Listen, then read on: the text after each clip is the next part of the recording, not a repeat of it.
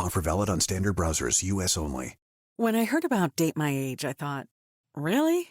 But there I was in my empty, quiet house, my laptop on the kitchen counter, and I typed in my name. Looking for a man between the ages of 40 to 60? Sure, why not?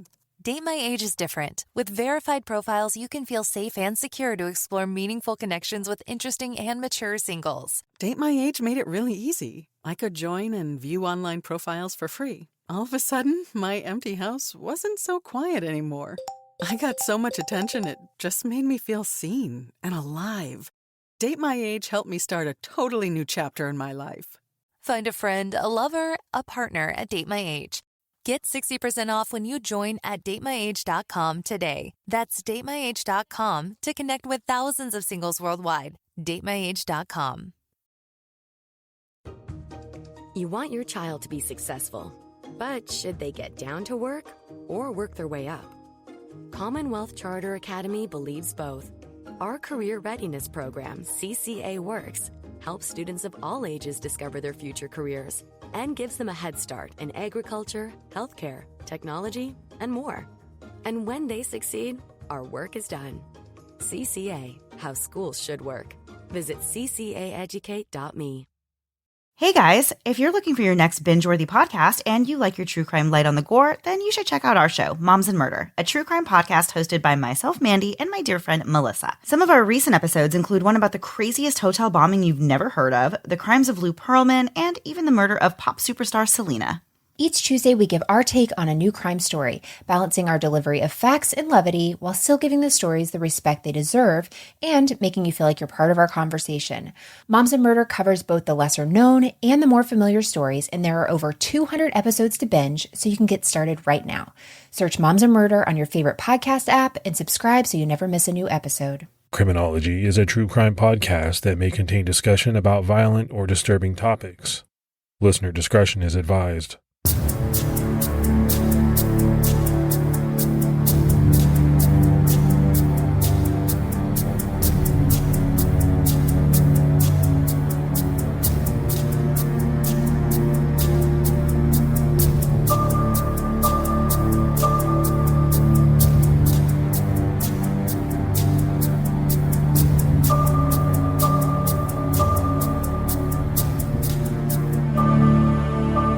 Hello, everyone, and welcome to episode 221 of the Criminology Podcast. I'm Mike Ferguson. And this is Mike Morford. Mr. Mike Morford, what is going on with you, buddy? Not a whole lot. What's new with you?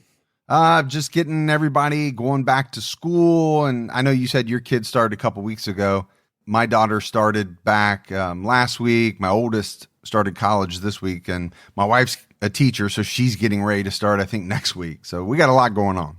Yeah, it's crazy on social media when you see you've got friends all across the country and they're all starting school at different times. Yeah, taking pictures of their kids on the first day. And it was a little sad because this is my youngest's last first day, right? She's a senior, and that was a little sad, no doubt. It probably made you feel a little bit old.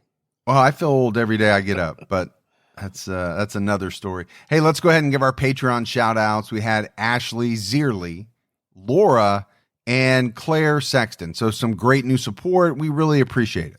Yeah, thank you so much for everyone that takes a moment to contribute. It means a lot. And anyone that would like to support the show can do so by going to patreon.com/criminology. All right, buddy, let's go ahead and jump into this episode. You know, it's been a while since we covered a case on a military base, but in the past, we've covered some really big and strange cases that have happened on military bases over the decades.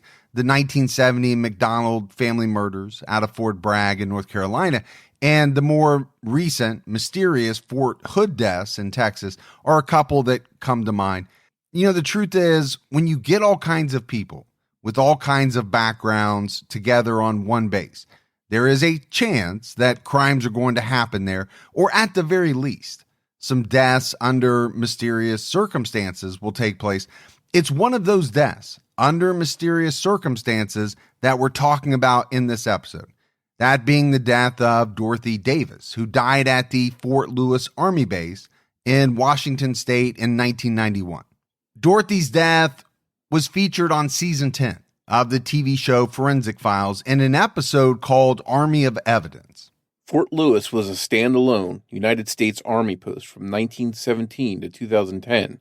It merged with McChord Air Force Base on February 1st, 2010, to form Joint Base Lewis-McChord. Today, the Joint Base is one of the biggest on the West Coast, and it's home to much of the 2nd and 7th Infantry Divisions, as well as the 1st Special Forces Group. The base has a total active population of nearly 210,000 inhabitants, making it the 4th largest military installment worldwide by population. As per the website military.com, Fort Lewis was named after Meriwether Lewis of the famed Lewis and Clark expedition. It's one of the largest and most modern military reservations in the United States, consisting of 87,000 acres of prairie land, cut from the glacier flattened Nisqually Plain.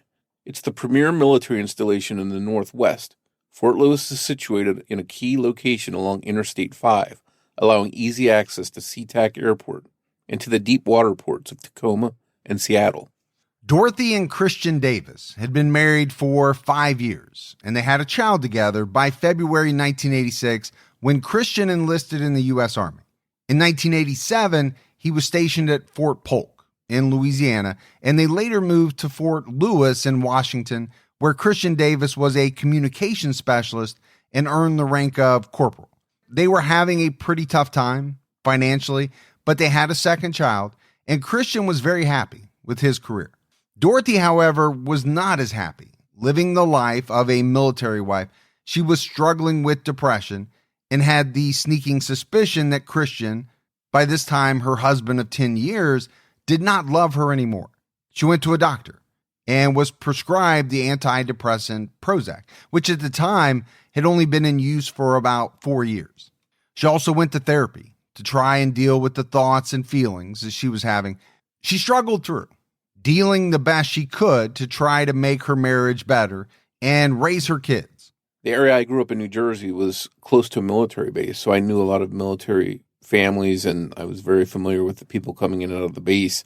And in talking to them, you would hear that some people were really cut out for the military lifestyle. They enjoyed it. They loved seeing new places, and it was sort of an adventure. But for other people, especially the spouses, sometimes they really felt out of place. There was something missing, and it didn't always appeal to them. So I can totally understand Dorothy's issues and being upset and having to try and make it through military life as a military wife. On the night of March 13th, 1991, Corporal Davis was drinking at the Non-Commissioned Officers Club on base at Fort Lewis with a few of his buddies. At around 8 p.m., he decided to call home and check on Dorothy and see how she was doing. He went out to the lobby and used one of the payphones to call Dorothy at home, but he felt that something sounded off with her. As was later revealed in Forensic Files, he went back and told friends that he thought she sounded despondent, so he was going to call it a night and go home to be with her. When he got back to his home that night, tragically, it was much too late. Christian found his 35-year-old wife Dorothy in their bed, tucked in with the covers up to her chest, but she was clearly dead, and he called 911 for help. When first responders arrived, they found that Dorothy had, by all appearances, shot herself once in the temple. Her hand was still firmly wrapped around the gun, a .22 caliber pistol. Multiple sealed envelopes addressed to Christian and to her sister Patty were laid out on the bed. An open book sat beside her. The Army Criminal Investigative Command took over the case and quickly determined that Dorothy had taken her own life. They believed that the notes had been suicide notes, one to her sister, another to Christian. The letters were signed by Dorothy and sealed. It appeared to investigators that after a battle with depression and unable to adjust to life as a military wife, she had clearly been determined to do this and succeeded. As laid out in Forensic Files, one of the two letters addressed to Christian read, "My darling love, as said many times, it's the coward's way out. So I'm a coward, for I could see no other way out. I ask God to forgive me." The letter to her sister started with, "Dear Patty, I'm sorry. By the time you get this, I'll be gone. I didn't know what else to do." Investigators found no signs of forced entry to the home and no sign that any sort of struggle had taken place. In fact, Both of the Davis girls, ages 5 and 2, were still sound asleep in their beds. Dorothy had no defensive wounds on her hands or arms. Her hand was wrapped tightly around the grip of the gun in something called a cadaveric spasm. It's apparently something that only happens in certain circumstances and can't be simulated, duplicated, or replicated, as U.S. Army Special Agent Steve Chancellor explained to Forensic Files. The only way that Dorothy's hand could have been holding the pistol so tightly is if she was holding it when she died. All of this backed up investigators' beliefs that Dorothy had indeed taken her own life. So, to me, Morf, it's pretty easy to see why investigators came to the conclusion that they did. You mentioned no signs of forced entry, no signs of a struggle, no defensive wounds as if she had, fought off an attacker or anything like that. And then the fact that the gun is gripped tightly in her hand and there are apparent suicide notes next to her, what else could they have thought at the time? Yeah, I think in some cases we talk about there's a rush to judgment and experts come to some conclusion that a lot of us find perplexing. I mean, we cover the case of a woman that had stabbed herself, supposedly, according to the experts, several times in the back of her neck and head in a suicide. And we were wondering at the time, that just sounds preposterous, yet they somehow came to that conclusion. But in this instance, based on what the scene presented, it seemed like the logical conclusion. The medical examiner found a contact wound on Dorothy's temple, which is something that occurs when the gun is placed very close to the head, and you would not find if someone was shot from a bit further away. The bullet was still embedded in her skull, with only one entrance wound.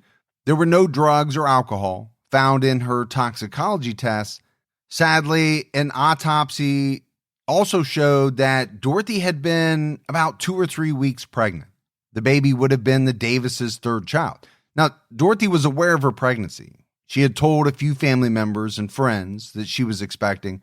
While a new baby may be a source of great joy for many, some felt that Dorothy may have fallen deeper in depression by the news, leading her to suicide. Despite the official ruling, Dorothy's sister, Patty, was suspicious of the situation. In an interview with Forensic Files, she said, "I just kept saying there's no way she would hurt that baby." Patty also wondered if Dorothy would have ever left her 2 daughters behind, saying, "There's no way. There's no way she'd harm herself and do this. She loved those girls. They were her life." Of course, it's not uncommon for people to struggle more than anyone in their life could have imagined. And it's not uncommon that a family member has a hard time accepting that someone they love has taken their own life. So with the absence of anything suspicious, the family had to accept the finding of suicide and face the life without Dorothy. Soon after Dorothy's death, a woman moved into Christian's home, leading U.S. Army Special Agent Alfred Brown to tell Forensic Files apparently Chris had gotten over his grief from his wife's suicide quite quickly. Christian claimed to neighbors and friends that the woman was going to nanny his 2 young daughters, who now had no mother to watch and care for them at home. However, it seemed like everyone at Fort Lewis knew the truth. This woman was not a nanny at all. According to gossip on the base, the woman had been having an affair with Christian, even before Dorothy's death. The woman, going by the name Barbara, was interviewed for an appearance on the Forensic Files episode. She told the show, "People knew we were romantically involved. They knew that because he was very affectionate out in public, something I wasn't getting from my husband at the time." She told the show that she had no clue that anything was suspicious surrounding Dorothy's death, saying, "Myself and everybody else, we believed she actually took her own life with her own hand. We believed it." And Morf, this is not the first time we've heard of something like this. A wife dies, and very suddenly the husband has a new woman in his life, even, has this woman move into the family home. This happens quite often, actually. But, you have to look at the optics of it. Are you grieving the death of your wife if it seems as though suddenly you've moved on, you've got a new woman in your life? It just doesn't look good.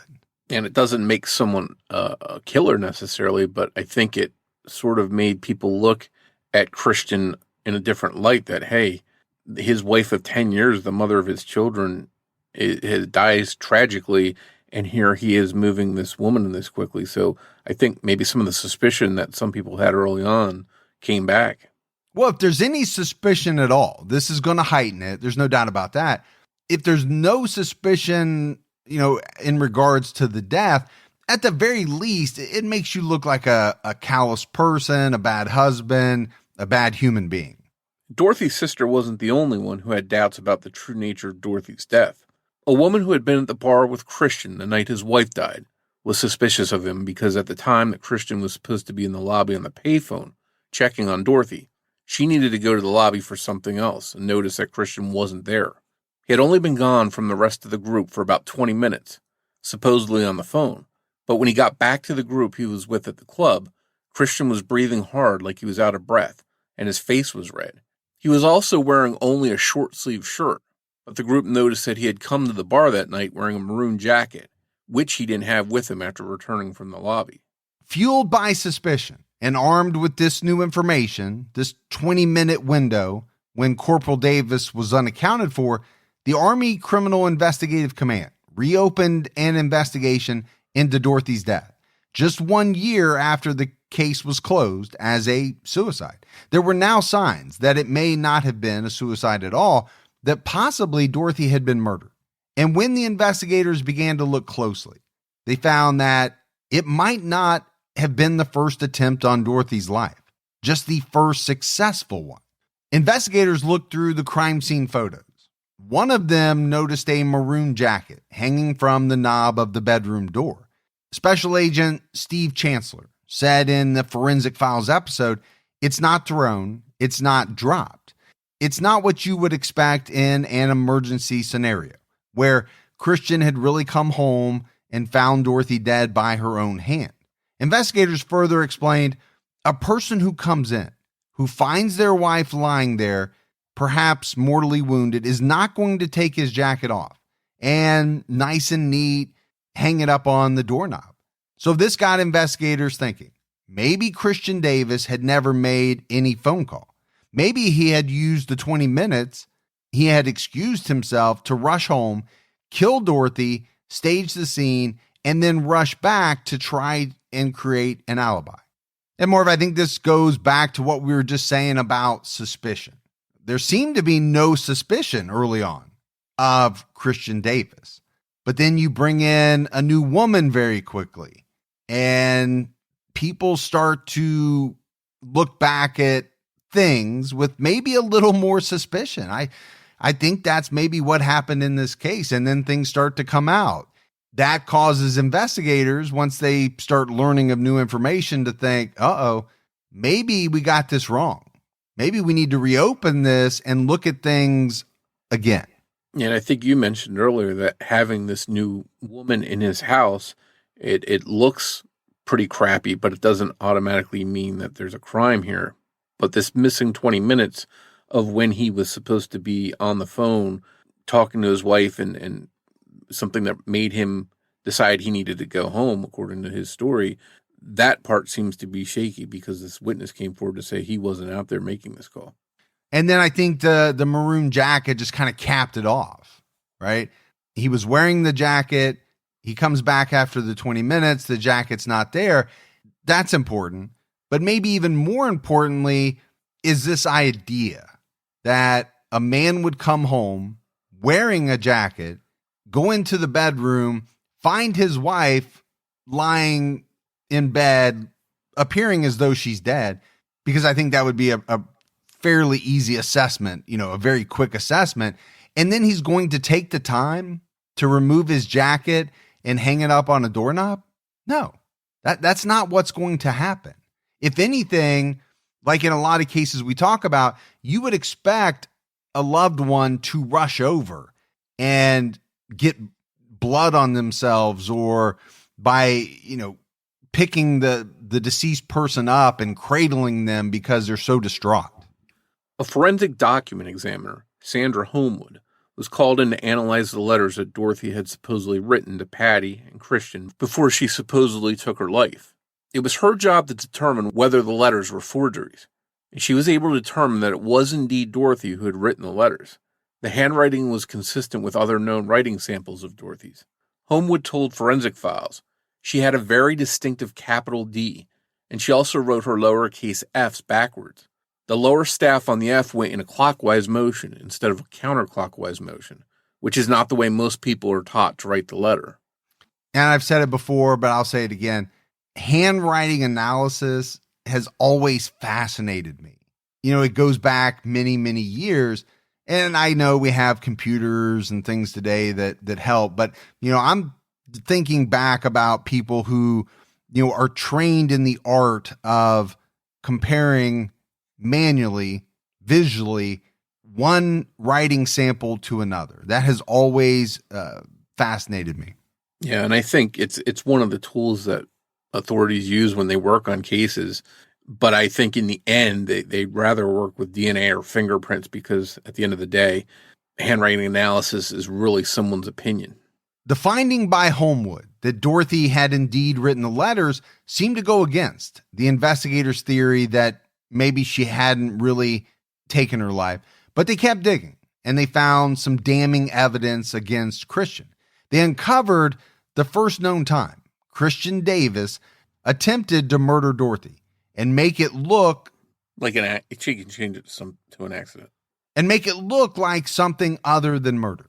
On May 24th, 1987, when the Davises were living at Fort Polk, Louisiana, there was a fire at their mobile home. It broke out at about 3 a.m. when Dorothy, who was 6 months pregnant with their second daughter at the time, was sleeping alone in the home. Christian had taken their oldest daughter, who was just an infant, on a car ride. Luckily, even though the smoke detectors did not go off, Dorothy woke up and found that the television in their living room was on fire. She was able to escape with no injuries. A fire inspector ruled that the fire was an accident caused by a failure or electrical short in the TV. In the course of the investigation, however, he found that the smoke alarms didn't go off because the wires inside of them had been purposefully disconnected. Yeah, that seems like a pretty strange thing. If you have a home with a family in it, you think you're going to have your smoke detectors operational. The fact that they're taken apart so they're not working, that seems like a red flag. Well, there's no doubt that would look a little suspicious, right? You have this fire. It seems as though, okay, a short in the television set, could that be accidental? Yeah. Now, the smoke alarm thing, the first thought that went through my mind was, yes, doesn't seem to be right. You have a family, you want those connected, but how do you prove that someone in the family did that on purpose, disconnected those wires? Couldn't someone just make the claim that, hey, we moved in here, we never checked these smoke detectors. They were probably like that when we moved in. And as suspicious as the disconnected smoke detectors were, investigators learned that about 15 to 30 minutes after Dorothy escaped, Christian drove back up to the house to find firefighters there, but he didn't ask about his wife at all. Witnesses remember him being very calm, especially for the circumstances. It was also discovered that Christian had a life insurance policy on Dorothy at the time that was valued at $100,000. Christian Davis filed an insurance claim due to the fire damage in the trailer, and the insurance company paid out a $10,400 settlement, which is about $16,000 in today's value. Despite the large insurance policy and the eerily calm behavior looking suspicious, the fire inspector and an insurance claims representative both ruled the fire as accidental and electrical in nature. According to an appeal brief from 1998, both the inspector and insurance claims rep testified that had they been aware of other circumstances surrounding the fire, they would have viewed the situation suspiciously.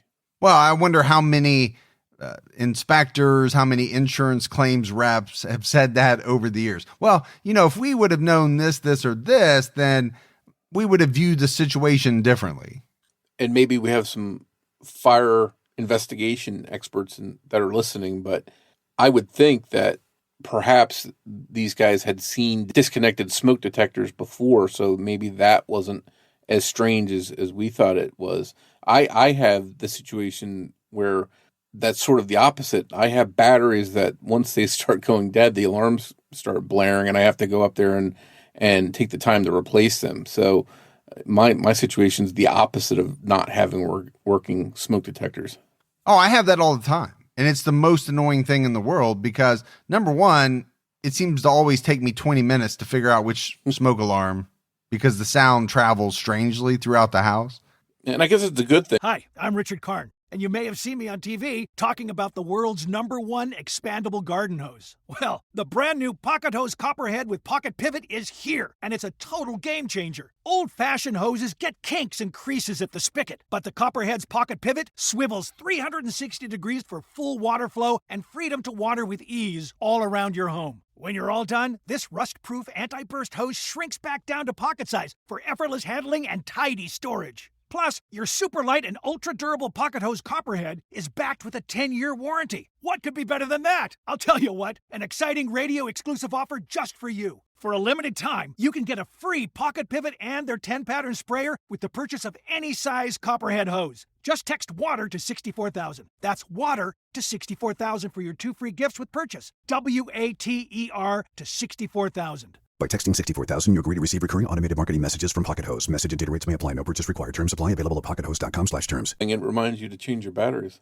Yeah, because you want your smoke detectors to work. Now, I could see where some people listening or some individuals over the years have disconnected it because either they didn't have a battery to replace it and they didn't want it going off, or I'm sure people have run into scenarios like that.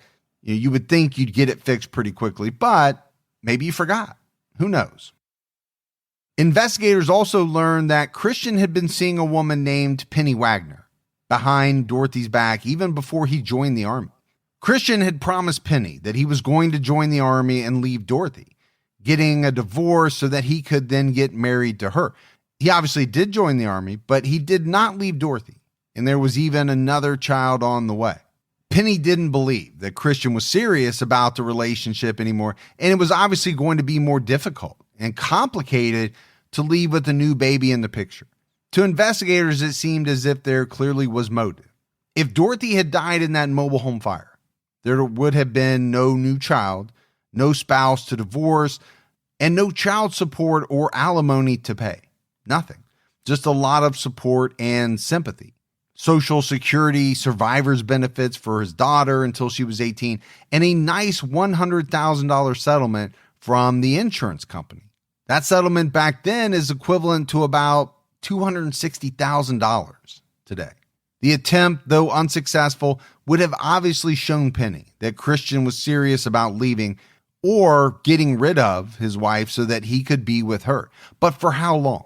But even with all of this objectively suspicious circumstantial evidence piling up, investigators were stuck, since Dorothy, after all, was the one who had written the notes that were very clearly suicide notes in the minds of investigators. But it turns out that Dorothy's sister Patty had the missing piece that investigators needed. She told them Dorothy had been seeing a therapist for her depression and suicidal ideations. As an exercise, the therapist told Dorothy to write down everything she was feeling, everything she wanted to say. Patty told investigators, "I believe that's what that was from." The letters had been written months before, when she was at one of her darkest points. The letters had been a way for Dorothy to get out her emotions and figure out what she was dealing with. They were things she never wanted to have to be delivered. This is why, as investigators would soon learn, Dorothy never sealed the letters in their envelopes. Fingerprint expert Bill Thomas was contacted and received the notes to review. He analyzed them and used a chemical called ninhydrin on the paper to see where whoever wrote the letters had left sweat. Using this causes amino acids in sweat to react, and when placed in a humidifying chamber, a print from a finger or side of the hand will become visible. This process revealed that, unlike most people who are intending to take their life, Dorothy was not sweating excessively. This was a huge clue to investigators that Dorothy may have written the notes, but not actually intended to take her life, backing up what Patty learned from Dorothy's therapist. Pieces of the adhesive flap on the envelopes were taken for analysis. A PCR DNA test was done on the pieces to determine whose saliva was on the envelopes, who had licked them, to seal them, Dorothy before taking her life or Christian after killing her. Dorothy had been cremated, so her DNA was not immediately available. Investigators had to create a DNA profile for her by taking DNA from both of her parents and both of her daughters to narrow down her DNA type, as well as ruling out Christian's DNA, which they had access to since he was in the military. The DNA test gave the answer. Christian was the one who had licked the envelopes. The letters were not actually suicide notes. More likely, as Patty had said, they were an exercise given to Dorothy by her therapist. But Christian was aware of this. He probably supported it under the guise of, wanting his wife to feel better, when what he really wanted was to have proof later that suicide was something she was thinking about and planning. Morf, we're really getting a picture here of Christian Davis. And, honestly, the picture's not a good one. We're getting into some really dark areas of manipulation, forethought, right? Planning. This guy was a little devious, as we're finding out. And I think he made mistakes along the way that sort of caught up with him. The jacket hanging on the door, the not being seen where he was supposed to be when he made the phone call. And I think the biggest smoking gun is that it turns out he's the one that has sealed these suicide envelopes. It's pretty damning. Yeah, it is. I mean, it's amazing evidence, right? Now, I said he was devious. As you point out, not a criminal mastermind. And that's what we often find in many of these episodes. People think they're smarter than what they really are. They've watched some CSI, they've watched some, movies. So they believe that they can concoct this perfect scenario. No one's ever going to suspect them, but they mess up all along the way. And thankfully so, because, it's what allows them to be caught. And looking at everything in this new light, investigators believe that Dorothy was probably home sleeping when Christian raced home from the club. He walked right up to her, put his pistol against her head, and pulled the trigger, knowing that his two young daughters were asleep in their beds just feet away. Then, he took Dorothy's hand and put it on the handle of the gun, beginning the staging of the scene. He forgot to put her finger on the trigger, instead putting the gun in her hand like she was just holding it. He retrieved the notes that Dorothy had written on the advice of her therapist and sealed the envelopes before placing them nearby in plain sight.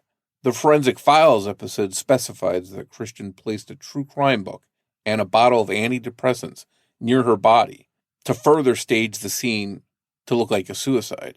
He then fled the scene, heading back to the club, forgetting his jacket in the process. It seems as though absolutely no forensic testing was actually done at the scene of Dorothy's death during the initial response. Now, this does make sense to me because we said it appeared to be a suicide.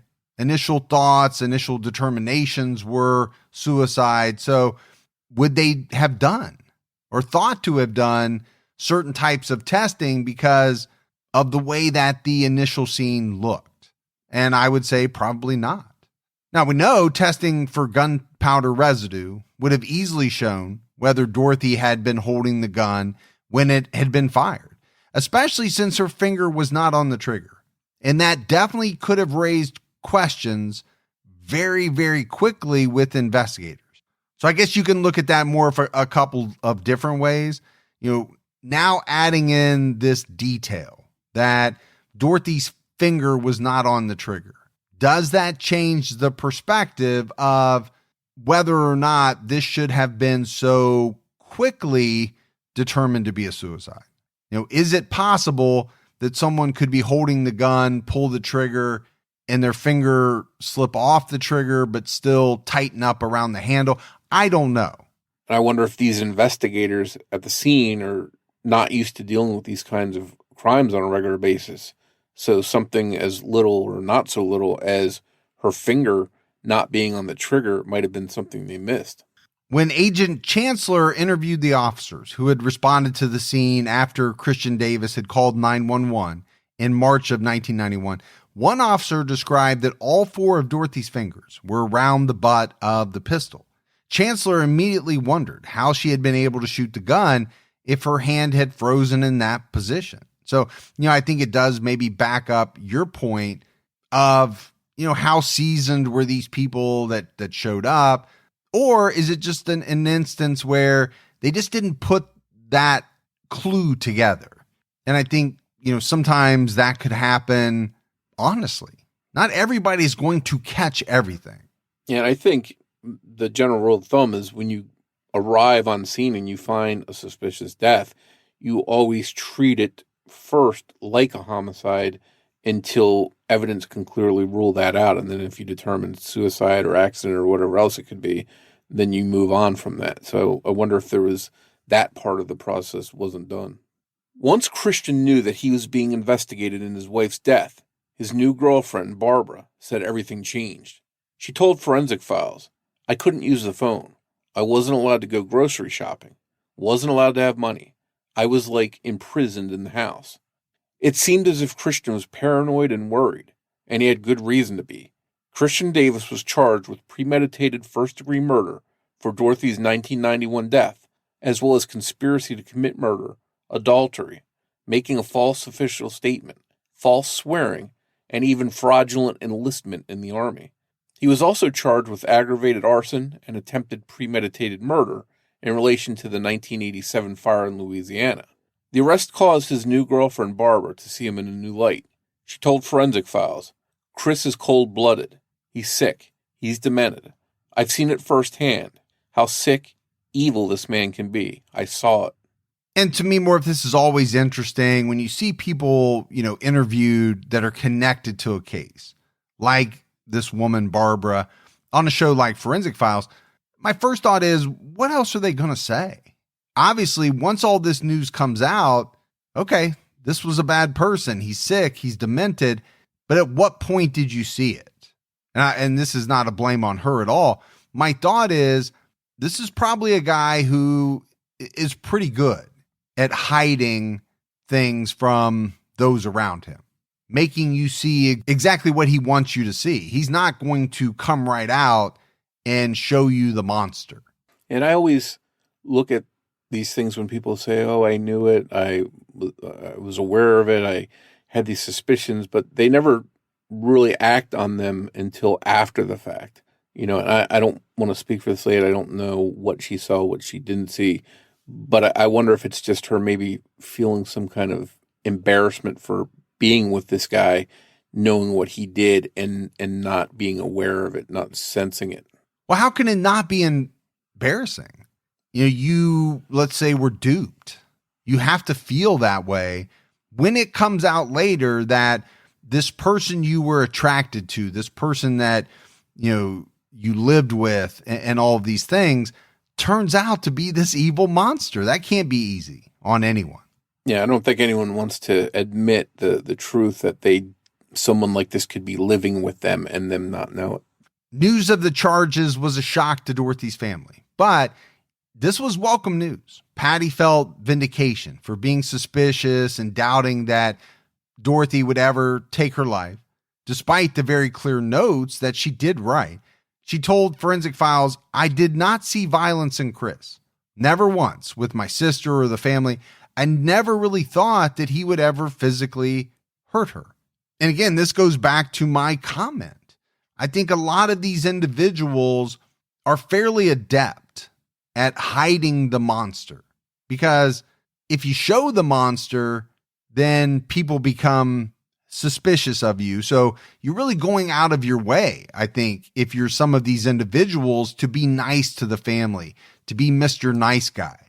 Now, we should point out, we could not find any charges for Penny or Penelope Wagner regarding conspiracy to commit murder back in Louisiana. But it is very important that Christian Davis was charged with conspiracy to commit as well as attempted murder in the 1987 fire. A later appeal brief even states Miss Wagner's ultimatum as part of the information that would have made the initial investigators believe the fire had been suspicious rather than accidental. And I think that goes back to what we were talking about where the investigators mentioned, had they been aware of other circumstances, they might have made a different conclusion. And I think this sort of hits on that, because had they known this woman is saying, leave your wife, or this is going to happen, I'm not going to be with you anymore, would that be enough for them to change their ruling on the fire to make it say, well, he might be trying to kill his wife and trying to make this look like an accident? Well, I don't know if it would have been enough to make them change. I think it definitely would have been enough to make them look a little deeper, probably look at it a little differently. Now, obviously, this information comes out after was charged, after an appeal, so it comes much later in time. It also came out that Christian and Penny had talked for 14 minutes on the phone, just 4 hours before the fire started, at around 11 p.m.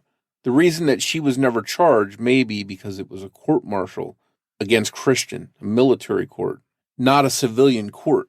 The case would likely have to be handed over to a different authority for her to be charged, but apparently the real culprit had already been caught. The firefighters didn't know about the financial or extramarital difficulties that Christian was having, and neither did the insurance claims officer, who was also unaware that the wires in the smoke detectors had been disconnected. A fire causation expert was able to testify about the rarity of a TV, especially one that was turned off, to just burst into flames. Well, I can tell you this, over the course of my life, which is becoming longer and longer, I've owned a lot of TVs. I have never had one burst into flames. Now, there's probably somebody listening that says, oh, I have, but I personally have not, and I don't know anybody that has called me on the phone and said, hey, man, you're never going to guess what happened. My television just burst into flames. It wasn't even on. So, I think what this fire causation expert is saying is it's very rare, and it would also be very difficult to use a television set to make what would ultimately be arson look like an accident. It was also revealed that Christian had told multiple members of his command that he was asleep inside the trailer when the fire had started, and that he was able to help Dorothy and their daughter to safety. This was clearly a lie.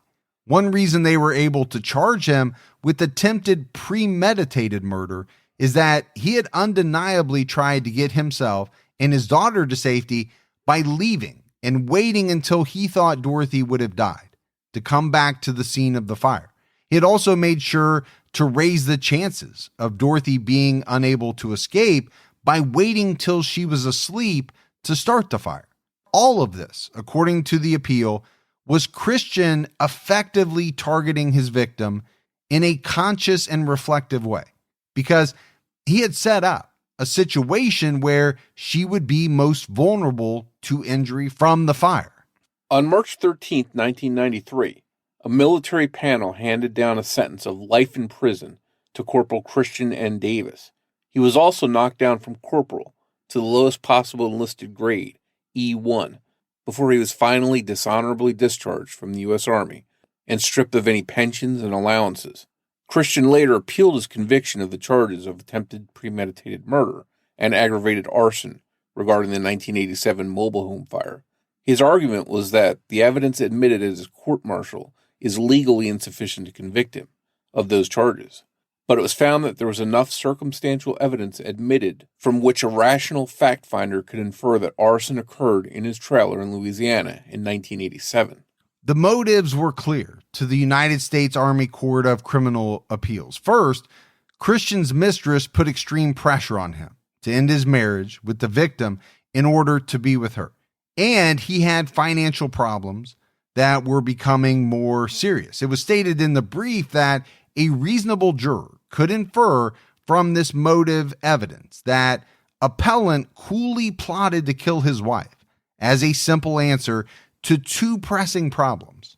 And I think, Morf, it's exactly this scenario that we see so often with a spouse murdering another spouse. What are the factors? And so often it appears to be either financial or another love interest or a combination of both, which is what I think we have here in this situation. Money and love, or greed and sex. You can call it whatever you want, but it seems to play such a huge factor in so many cases. That Christian was initially able to get away with murder due to his victim's own writing is a very terrifying prospect for anyone who struggles with their mental health, especially those who keep a journal of their honest thoughts and feelings. If you open up, you're trying to heal. Could it be used against you like it was against Dorothy? And that's one thing that ran through my mind as we were going through that scenario. That was really scary. Here's a woman who, is trying to get a handle on some issues that she's experiencing. She goes to see a therapist. The therapist gives her an exercise that they believe will be beneficial. And then someone figures out a way to turn that exercise against her in a plot to murder her. That's a scary thought, man. Yeah. And I look at it too as if they had just taken the writing experts' findings and just stopped there. They would have said, okay, this just further confirms that this was a suicide. It was her writing. Let's call it a day. But they didn't. They went the extra step of testing the DNA on the envelope seal, and that's what linked to Christian. Luckily for Dorothy and her loved ones, Christian Davis licked the envelopes when he sealed them. And this really, is a perfect case for a show like Forensic Files because, as Dorothy's sister said, if he hadn't have licked that envelope, if Chris had not done that, he would have walked free. If Christian Davis had been successful in killing Dorothy in 1987, he probably would have been a free man for the rest of his life. DNA in criminal trials was brand new in 1987, having only been used the first time just the year before in 1986 in the UK. If Dorothy had died in that fire, there would have been no way to prove that it was Christian who had disconnected the wires in the smoke detector, or that he had started the fire. People know to wipe away fingerprints, but back then, they didn't know to wipe away DNA. And even today, that's hard to do. It's clear, as we've gone through this episode, that Christian Davis made such simple but really damning mistakes. He was smart enough to know that he had to switch up his methods. He couldn't try another accidental fire. First, he had to make sure Dorothy didn't escape and survive again, but it would be too suspicious if it had happened again exactly as it had back in 1987. He was smart enough to fool two teams of investigators in different states. Unfortunately, the first team in Louisiana was unable to catch him because each person had different pieces of the puzzle. And the second team was fooled by a tight alibi and the handwriting analysis. He was able to create such a timeline that there was only a 20-minute window where he could have committed the crime, leading many to believe him at first. It was only 20 minutes. This plan, although it was premeditated according to what they found, seems kind of half-assed, and that he thought he would go home in this 20-minute window while he's supposed to be making this phone call in the lobby at the club on the base and commit this crime and then run back there and hopefully no one would find him out. It seems kind of silly when you think about this plan, but at the same time, it worked initially, and he was able to fool investigators. Yeah, I mean, you said half-assed, and I agree with you, but at the same time, it worked for a little while. He almost got away with this. He very easily could have gotten away with this, in my opinion, if not for, a few people coming forward and the suspicion building a little bit. If a couple of those things go his way, he gets away with this thing, Morf. Yeah, that's pretty scary. And with such a tight alibi, Dorothy holding the gun, and the apparent suicide notes at the scene, it seemed like the investigators may have rushed to a conclusion. From their point of view, there really was no reason to rule the death a homicide. From the gunshot evidence, there was nothing indicating someone else had shot Dorothy. In the end, it was the mistakes that Christian made along the way that brought him down. Yeah, again, I don't want to put too much on investigators. We kind of laid out that initial scene. I can easily see why the first thought would have been suicide. The one nagging thing I have is her fingers were so clenched around the handle of the gun, but her finger not being on the trigger. I feel as though it seems as if someone would have caught that, but didn't.